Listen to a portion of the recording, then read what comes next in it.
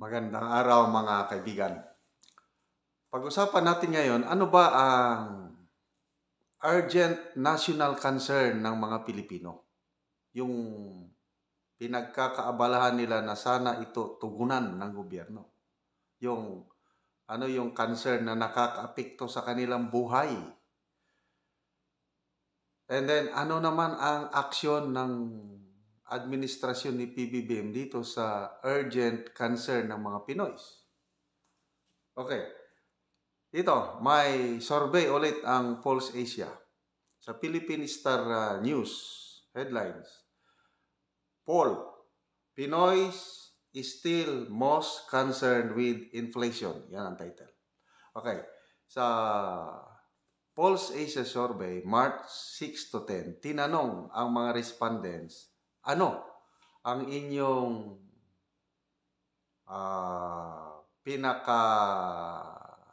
concern ba yung pinagkakaabalahan na sana ito ang matugunan? Urgent national concern. So, ang resulta po ng Pulse Asia Survey, 7 out of 10 Filipinos or 70% sinabi nila na inflation ang most urgent concern ng Pinoys ngayon. Ako, personally, agree ako niyan. Inflation. Yung inflation po, yung pagtaas ng presyo ng mga bilihin. Lalo na yung basic food items, bigas. Lalo na. Wala nang pag-asa ang bigas.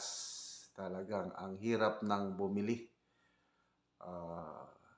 Sa karamihang parte ng, lalo ngayon, nag-i-El Nino. Aabot ito ng 60 pesos per kilo ang bigas. Ang pinaka-mura, yung pinaka-mababang klase dahil mayroon tayong El Nino. After El Nino, mayroon na namang La Nina. Ay di lalong maghihirap ang taong bayan. Kaya, yun po. Urgent national concern ng mga Pinoy. 70% nagsabi, dapat ang gobyerno gagawa ng paraan para naman mapababa o ma-stop ang pagtaas ng presyo. Okay? Punta naman tayo sa charter change. Kasi itong pinagkakaabalahan ng administrasyong ito eh. Ano ang resulta sa survey? Kasi tinanong din yan eh. Charter change. Urgent national concern nyo ba? Nako, ang resulta po, 1 out of 10 Filipinos ang nagsabi na urgent concern nila yung charter change. So, makita mo, yung disconnect ang administrasyong ito kasi ang prioridad ng Pangulo, prioridad ng Kamara, Speaker of the House, charter change. Economic amendments sa mga restrictive provisions sa Constitution, yung foreign ownership. Kaya daw naghihirap ang taong bayan dahil sa ating Constitution na nililimitahan ang pagmemay-ari ng mga banyaga sa mga negosyo sa Pilipinas. Yun ang tingin ng Pangulo. Yun ang pananaw ng Speaker of the House. Kaya anong pananaw ng mga Pilipino? Hindi, sabi nila. Hindi yan ang aming concern. Hindi kailangan ng ano. Okay, sa the same survey, tinanong, gusto nyo ba na magkaroon ng charter change? Ang nagsabi, 9 out of 10 Filipinos or 88% nagsabi, we do not want charter change. Kaya tama na 1 of 10 lang nagsabi na priority concern yung charter change. Ang kailangan tutukan ng mga ng gobyerno sana ay yung paglaban, pagpababa sa presyo, inflation.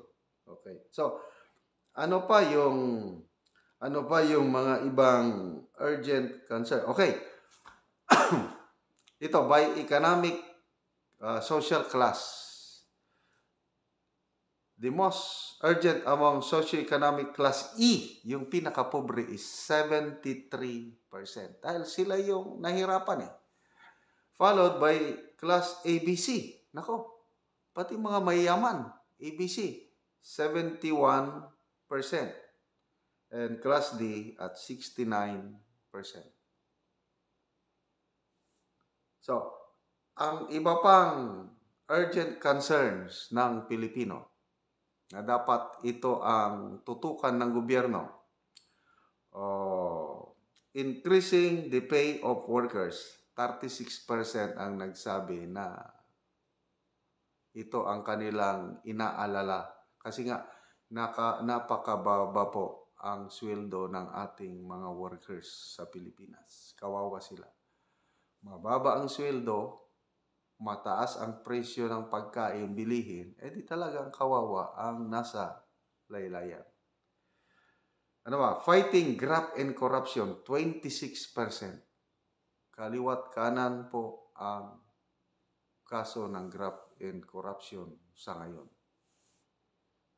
So, wala pa tayong minomonitor ko yung pinaka-latest na kontrobersya sa National Food Authority.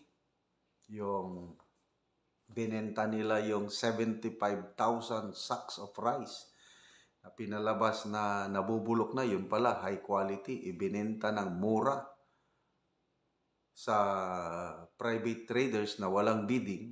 Tapos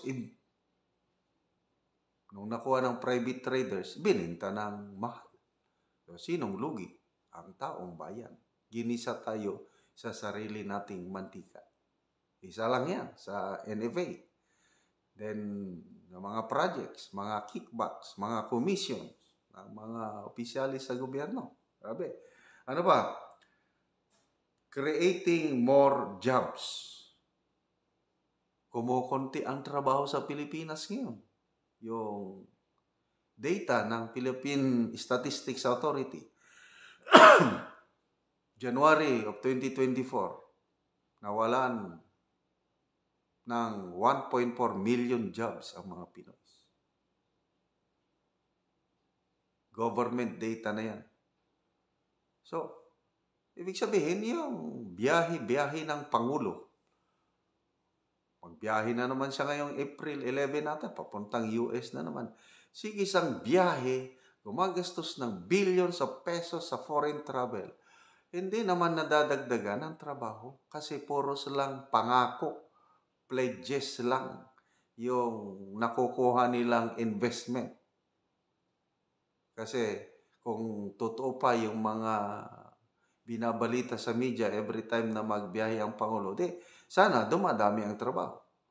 Sana dumarami ang mga OFWs na bumabalik na dito sa bansa at dito na lang magtrabaho. Hindi.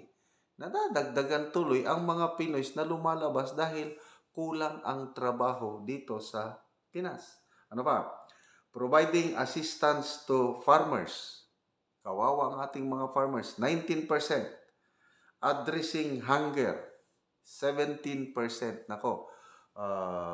Survey, December 2023 ng SWS. 25% sa mga sinorvey nagsabi na nakaranas sila ng matinding gutom. Ang dami yan. Ibig sabihin, 1 out of 4 Filipinos gutom na gutom, walang makain. Kaya, ito sana ang providing support to entrepreneurs, 14%. Stopping the destruction of the environment, 11%. Fighting criminality, 11%. Yun po ang mga urgent concerns ng Pinoys. Number 1 na po yung inflation. Pataas ng pataas ang gobyernong ito. I don't know kung anong ginagawa. Hindi mapigilan ang pagtaas ng presyo, lalo na yung bigas. Anong inuuna? Charter change. Ano ba talaga ang pakay nila? Economic provision ba? O yung political amendments para tatagal sila sa pwesto? Ayun na, lumalabas na ang totoong hangarin kasi yang presidential advisor on poverty alleviation ko, no? Nag-submit na ng proposal sa Kongreso na i-extend ang terms ng mga local officials at palitan ang sistema ng gobyerno natin from presidential to parliamentary. Yun na, may gustong maging prime minister na walang pag-asang manalong presidente kung sa isang patas na eleksyon. Kaya, yun na po. Gusto nilang mamuno ng matagal. Kaya yun ang inuuna nila. Hindi yung kapakanan ng taong bayan nahihirapan sa pagbili ng makain dahil sobra ng taas presyo ng mga bilihin.